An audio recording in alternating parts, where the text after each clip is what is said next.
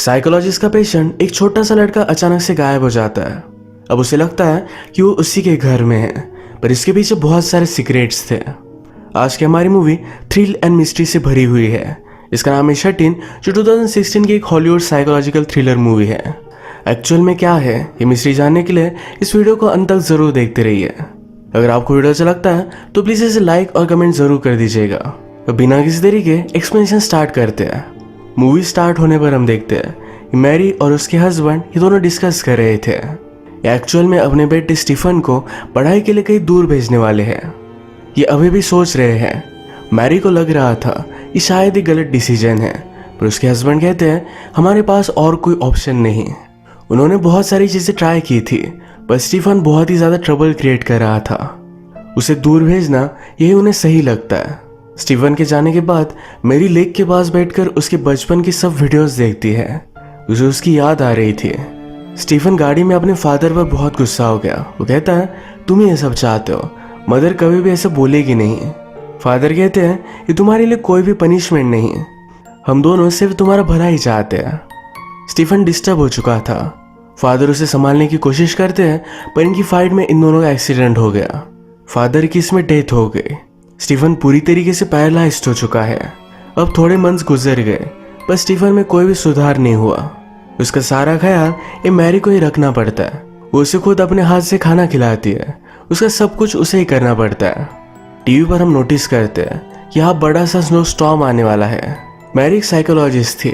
उसका एक छोटा सा लड़का जिसका नाम है टॉम, ये एक पेशेंट था। एक्चुअल में टॉम के पेरेंट्स नहीं थे।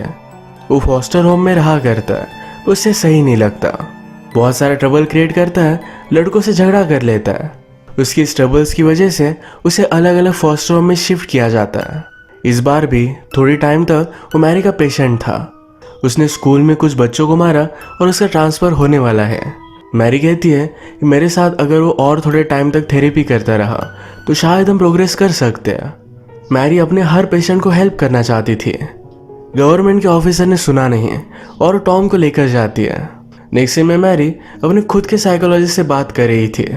उससे कहती है कि वो स्टीफन को अकेले मैनेज नहीं कर सकती और वो उसे एक केयर हाउस में रखने वाली है। यह बातों बातों में हमें पता चला कि एक्चुअल में स्टीफन को कहीं दूर भेजने का प्लान ये मैरी का ही था। वो एक ही टाइम पर उसकी मदर और साइकोलॉजिस्ट नहीं हो सकती थी। उसे बहुत ही बुरा लगता है कि स्टीफन को उसने दूर भेजा और अब वो बहुत ही ज़्यादा दूर चला गया है।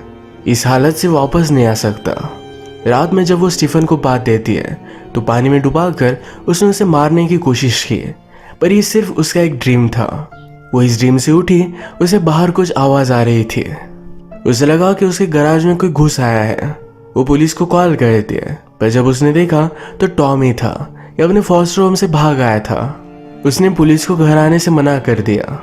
वो टॉम को घर में लेकर जाती है और गवर्नमेंट ऑफिसर को उसने कॉल कर दिया। टॉम फिर से सिस्टम में जाना नहीं चाहता था तो यहाँ से बाहर भाग गया।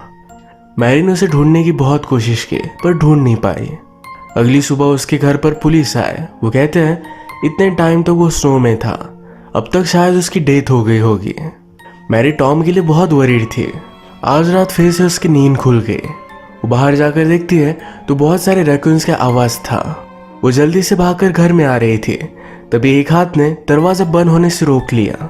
ये हाथ व्हीलचेयर पर स्टीफन का था। ये भी उसका एक सपना ही है। इस सब के पीछे का रीजन आपको आगे पता चलेगा। नेक्स्ट डे मैरी अपने और एक पेशेंट को ट्रीट कर रही थी। वो भी टॉम के बारे में बात करता है। कहता है अब तक उसकी डेथ हो गई होगी। बाहर मैरी इस पेशेंट के फादर से मिली। फादर का नाम था डग। डग ने कहा यहाँ अब बड़ा स्टॉर्म आने वाला है, तुम्हें यहाँ रहना नहीं चाहिए। मैरी ने कहा मेरा सन पैरालाइज्ड है, तुम्हें यही रहना पड़ेगा। डग मैरी को डेट के लिए पूछता है। मैरी ने कहा कि अभी अभी मेरे हस्बैंड की डेथ हुई है। ये सुनकर डग को बहुत बुरा लगा। वो यहाँ उस पर गुस्सा हो गई थी। आज रात मैरी ने टॉम को अपने बेडरूम में देखा। उसके पास आकर उसे शांत रहने के लिए कहता है। वो आज रात रियलाइज करती है कि यह सिर्फ एक ड्रीम था। वो इन ड्रीम से बहुत ही ज़्यादा डिस्टर्ब हो गई। वो अपने थेरेपिस्ट को कॉल करती है। कहती है वो सब कुछ बहुत ही रियल लग रहा था। थेरेपिस्ट कहता है आजकल तुम बहुत ही स्ट्रेस में हो, इसी वजह से ये सब चीज़ें इमेजिन कर रही हो। मैरी को लग रहा था कि शायद टॉम की डेथ हो चुकी है। उसका घोस्ट रात में उसे देखने के लिए आया था। उसका साइकोलॉजिस्ट कहता है शायद तुम्हारी नींद डिस्टर्ब हो रही है, तो इसी वजह से ये तुम इमेजिन कर सकते हो। तुमने मुझसे पहले बात की थी कि जैसे स्टीफन बड़ा हो रहा है तो तुम्हें लगता है तुम उसे खो रही हो। शायद उसी के बचपन का रूप तुम्हारे सपने में आता है। मैरी भी इन सब बातों को जाने देती है। साइकोलॉजिस्ट ने उसे एडवाइस किया कि तुम अपने ब्लड टेस्ट करवा लो। उसके ब्लड लेने के लिए फिर एक लेडी आई। उसे कहती है तुम्हारा ब्लड प्रेशर बहुत ही हाई है। शायद उसकी हेल्थ यही रीज़न है वो सब कुछ देख रही है। बाद में उसकी असिस्टेंट उसे मिलने के लिए आई। असिस्टेंट कहती है सुपर शॉप में मैं डग से मिली थी, उसने तुमसे जो भी बात की तो इसके लिए उसे बुरा लग रहा था। मैरी कहती कि मेरी ही गलती थी, मैं उस पर चिढ़ गई थी। उसने फिर डग को कॉल किया। रात में डिनर करते हैं। ये दोनों डिस्कस करते हैं कि जिस तरीके से बच्चे बड़े होते हैं तो लगता है कि वो अलग ही पर्सन है। यहाँ हमें पता चलता है कि मैरी एक्चुअली स्टीफन की स्टेप मदर है। वो बहुत ही छोटा था तब उसकी मदर की डेथ हो गई थी। बचपन से मैरी ने उसे बड़ा किया है। वो जब आधी रात में उठी तो उसे स्टीफन कहीं भी मिल नहीं रहा था। लॉन्ड्री के हॉल से कुछ आवाज आता है तो उसे देखती है तो उसमें से एक हाथ उसे पकड़ लेता है। वो अपने आप को छुड़ाने की बहुत कोशिश करती है और यही करते करते सो गई थी।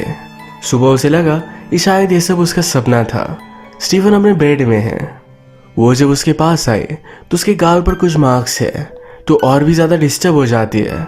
साइकोलॉजिस्ट ने कहा तुम्हारी रिपोर्ट आने दो फिर हम बात करेंगे। टीवी पर न्यूज़ आती है कि टॉम की डेथ हो चुकी है। उसे बहुत बुरा लगा। रात में अपने बेसमेंट में कुछ चीज़ें जब वो रख रही थी तो ऊपर डग आ गया। उसे कहता है आज रात टॉम आने वाला है, अगर तुम चाहो तो मेरे साथ चल सकती हो। मैरी उसे मना कर देती है। डग ने कहा कि टॉम की डेथ नहीं हुई, उन्हें जो लड़का मिला था वो कोई और था। मैरी को सुनकर अच्छा लगा। टॉम के लिए सब कुछ वो रेडी कर रही थी तो डॉग को यहाँ से जाने के लिए कहती है। रात में अपने थेरेपिस्ट से फिर से उसने बात की। थेरेपिस्ट उस पर बहुत ही गुस्सा था। वो कहता है तुम तुम्हारे मेडिसिन को मिक्स कर रही हो। अगर तुम्हें नींद की गोलियों की ज़रूरत थी तो मुझे बता देती। स्टीफन की गोलियां लेने की क्या ज़रूरत थी? तुमने अपनी और स्टीफन दोनों की जान खतरे में डाली। मैरी ने ऐसा कुछ भी नहीं किया था। अब वो इसके बारे में बात नहीं करना चाहती थी और वहां से चली जाती है। उससे उसका वीडियो कॉल ऑन रह गया है। बेसमेंट से उससे कुछ आवाज़ आई। ये वो देखने के लिए गई तो उसके पीछे टॉम था। तभी पीछे से स्टीफन आकर उसे बेहोश कर देता है। साइकोलॉजिस्ट ने स्काइप पर नोटिस किया कि स्टीफन घर में घूम रहा है तो देखकर डर जाता है। अब स्टीफन ने डायरेक्टली मैरी को बांध दिया है। वो पूछती कि तुम ये कर क्या रहे हो? स्टीफन कहता है जिस तरीके से तुम मेरा ख्याल रखती थी अब वैसे मैं तुम्हारा ख्याल रखूंगा। मैरी पूछती है क्या ये मेरा सब सपना है? स्टीफन कहता है कि नहीं, एक्सीडेंट के बाद मैं मूव नहीं करना चाहता था।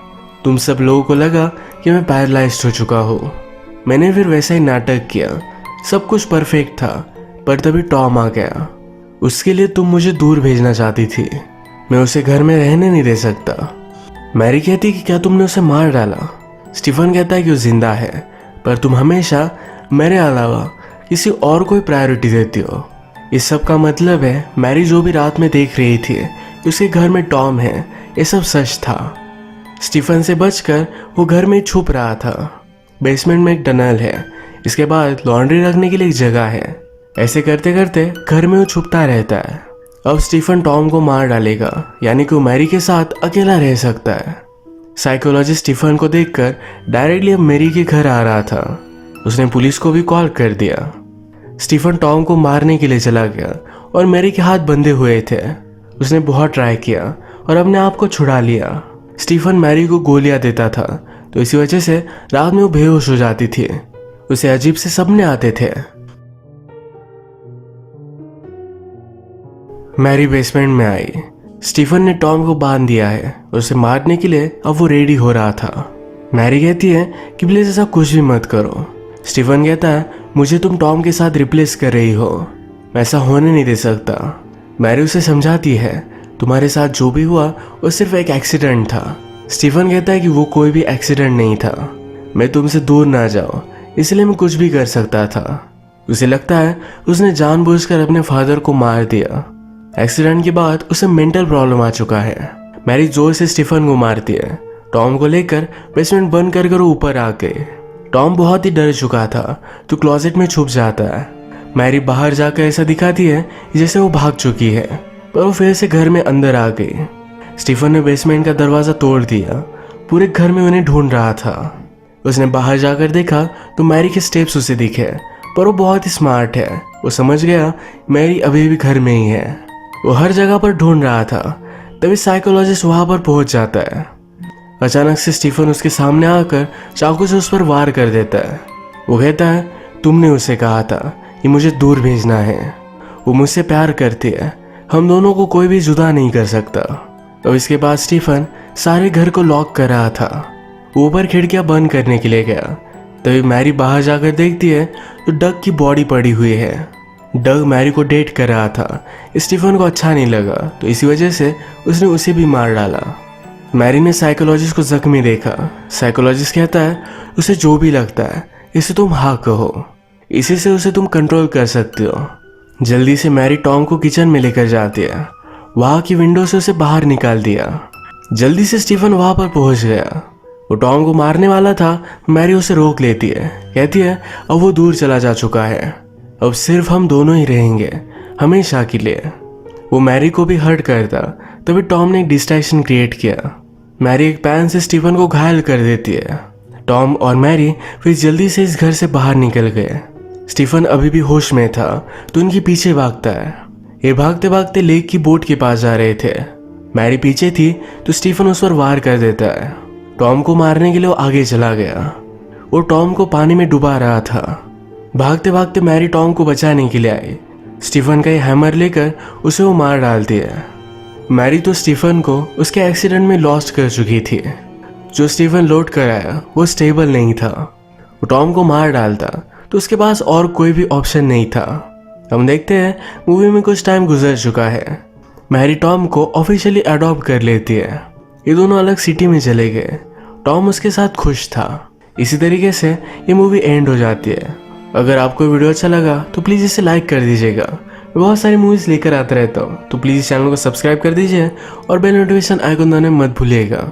हम फिर से मिलेंगे और एक नई मूवी के साथ। तब तक के लिए थैंक यू और आप अपने आप का ख्याल रखिए।